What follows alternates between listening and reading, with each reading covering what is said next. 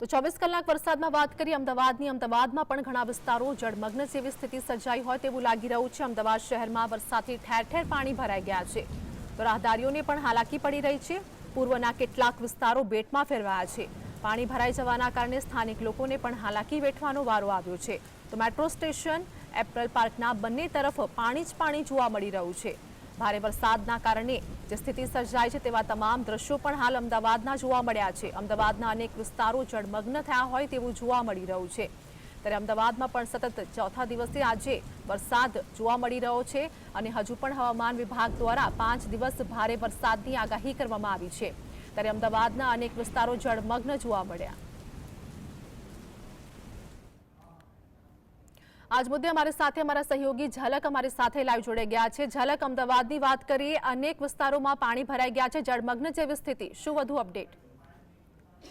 જે વરસાદ પડ્યો છે તે વરસાદને પગલે શહેરના વિવિધ વિસ્તારો છે તે જાણે મેઘમાં ફેરવાઈ ગયા છે। જે વરસાદ બંધ થવા છતાં જે પાણીનો નિકાલ નહીં થવાને કારણે લોકોને ભારે હાલાકીનો સામનો કરવો પડી રહ્યો છે। ગોમતીપુર વિસ્તારની વાત કરવામાં આવે તો તમે જોઈ શકો છો કે જે ફાયર સ્ટેશન આવેલું છે તે ફાયર સ્ટેશનનો આખો રોડ છે તે આખો રોડ પાણીથી ગરકાવ થઈ જોવા મળી રહ્યું છે। ફાયર સ્ટેશન જો ઇમરજન્સી કોલ આવે છે જે ફાયર સ્ટેશન છે ફાયર સ્ટેશનમાંથી ગાડી નીકળવામાં પણ જે હાલકી છે હાલકીનો સામનો સર્જાય તેવી શક્યતા છે। કારણ કે આખો જે રોડ છે તે રોડ પાણીમાં ગરકાવ થઈ ગયો છે।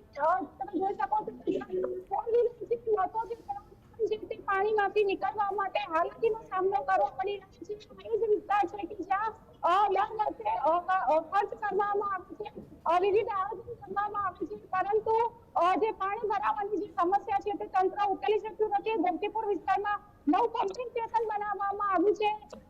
જે આ સ્થળ એ જગ્યા છે કે જ્યાં વર્ષોથી જે પાણી ભરાવાની સમસ્યા છે તે થતી આવી છે અને સ્માર્ટ સિટીનો દાવો કરતું જે તંત્ર છે તે તંત્ર આ વિસ્તારની જે સમસ્યા છે તે ઉકેલી શક્યું નથી।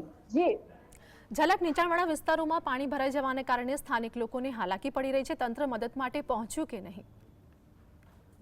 જી કે જ્યારે પણ પાણી ભરાવાની સમસ્યા સર્જાશે ત્યારે જે વિસ્તારો છે તે વિસ્તારો પ્રમાણે જે કર્મચારીઓને કામગીરી સોંપી દેવામાં આવી છે અને તરત જ વરસાદ બંધ થયાને તરત જ છે તે પાણી નિકાલની કામગીરી કરવામાં આવશે।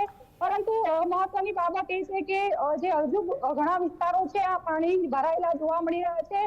ઘૂંટણ સમાણા પાણી ભરાયેલા છે છતાં પણ જે તંત્ર છે તે તંત્ર દ્વારા જે કામગીરીની નિકાલ કરવામાં આવ્યો નથી। એટલે કહી શકાય કે જે તંત્રના પાણી નિકાલની કામગીરીની જે વાતો છે તે વાતો માત્ર કાગળ પર જોવા મળી રહી છે।